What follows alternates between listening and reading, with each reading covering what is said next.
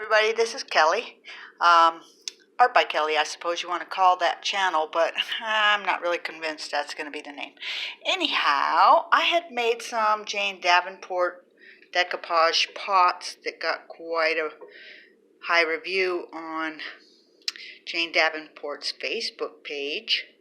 Group, I should say. And anyway, I thought I'd kind of cover what I've done with the completed set unit here. I didn't give a tutorial on the decoupage, but I can give some tips as I show you this on a little bit closer up. I do want to say this is a gift, and this is why I'm making a video of it before I give it away. This face here, you could see when you're doing pottery, this is the part of the napkin that's on the edge of the napkin, and it leaves a bit of a pattern, and that just doesn't bother me. It might bother some of you, but a simple trick is to take sandpaper and just gently smooth down any bumps that you find obnoxious. This is the end of this particular motif right here, and I added this color, this paint, to blend down. Some of this white is a Posca pen, and I also used to highlight some things that were fading into the background. This is where the crease of the napkin is, and there's not much you can do when that sets down in there. It just is what it is, and it doesn't bother me. But this says, magic is something you make. Yes, this is magic to me. I love to take a napkin and apply it to a completely white surface. It blends right down. You only see the actual artwork of the napkin, and you don't see the edges. And with that in mind, I'd like to say to keep any sharp edges from having problems with the decoupage paste, you can use a lightly dampened paintbrush and go around your area and then just rip those pieces out that you're looking for. It's a nice way to give a torn edge and not have a sharp edge that you have to file down or sand. The other thing is wow, lost my thought. That's okay.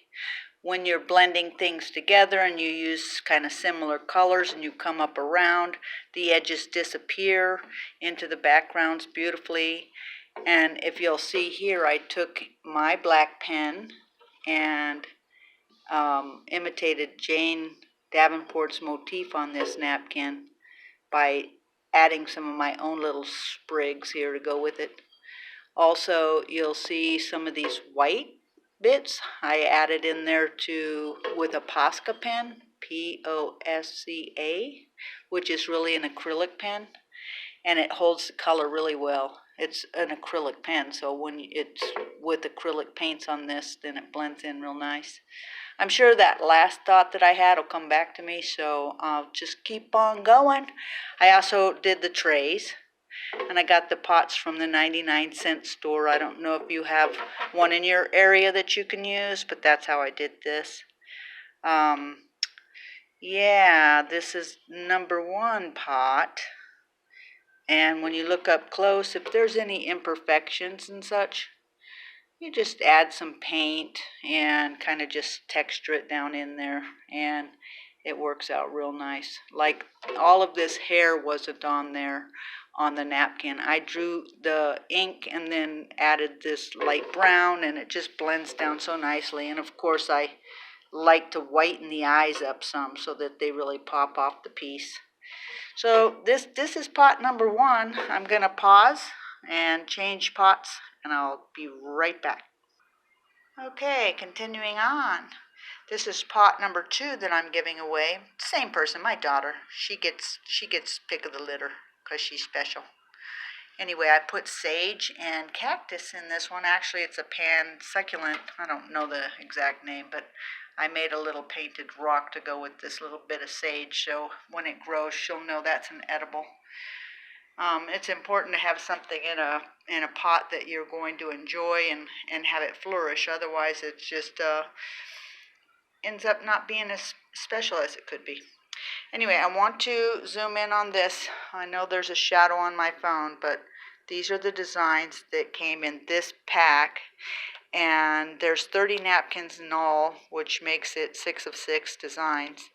But sadly, these are being discontinued by American Crafts, so I don't know if you'll be able to find them. But if you do, they're a lot of fun. So I imagine, I suspect that she's coming out with a new napkin style and brand, so keep your eye out for it. It's a fun it's fun compositions to put together. You'll see on this pot I'm going to show you that it's a little bit of this napkin, maybe even this napkin. I'm not sure, but let me spin it around and we'll take a look together.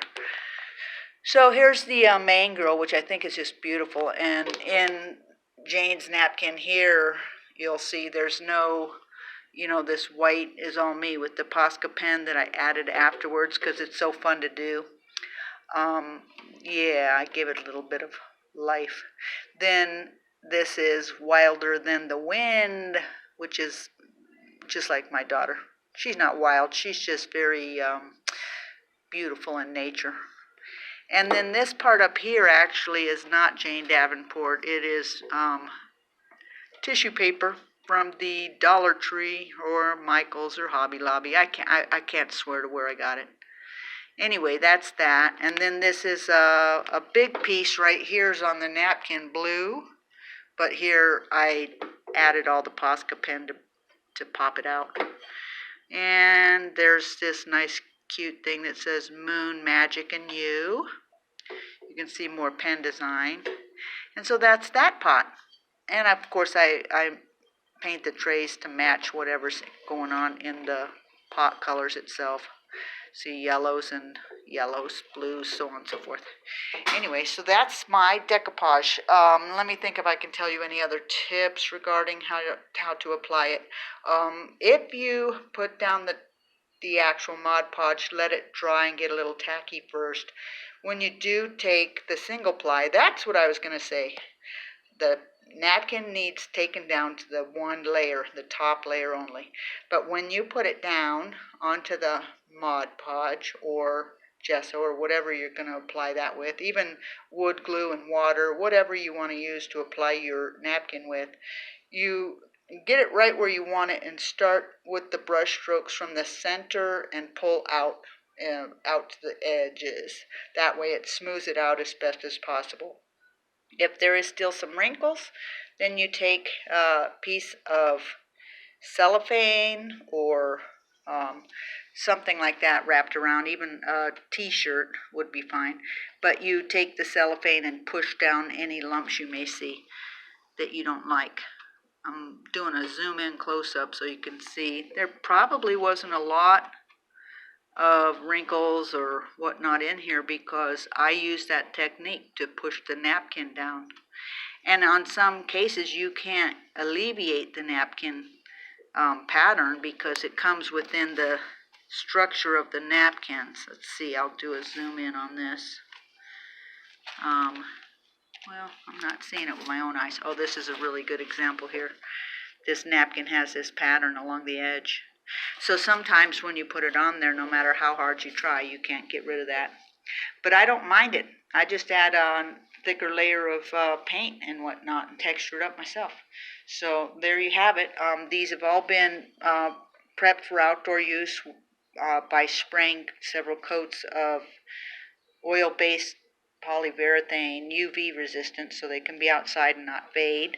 I'm sure any kind of protected sealer that you put on would be fine, but it's important to know that these clay pots will seep salt. When you add water, they leach.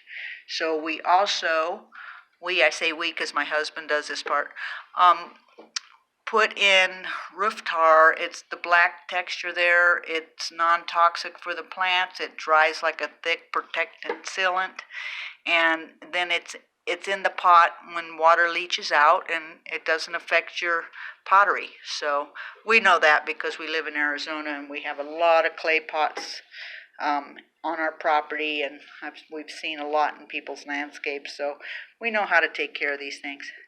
Here's my other one again, just for one last peek. Actually can't spin it because there's only one Lazy Susan, silly.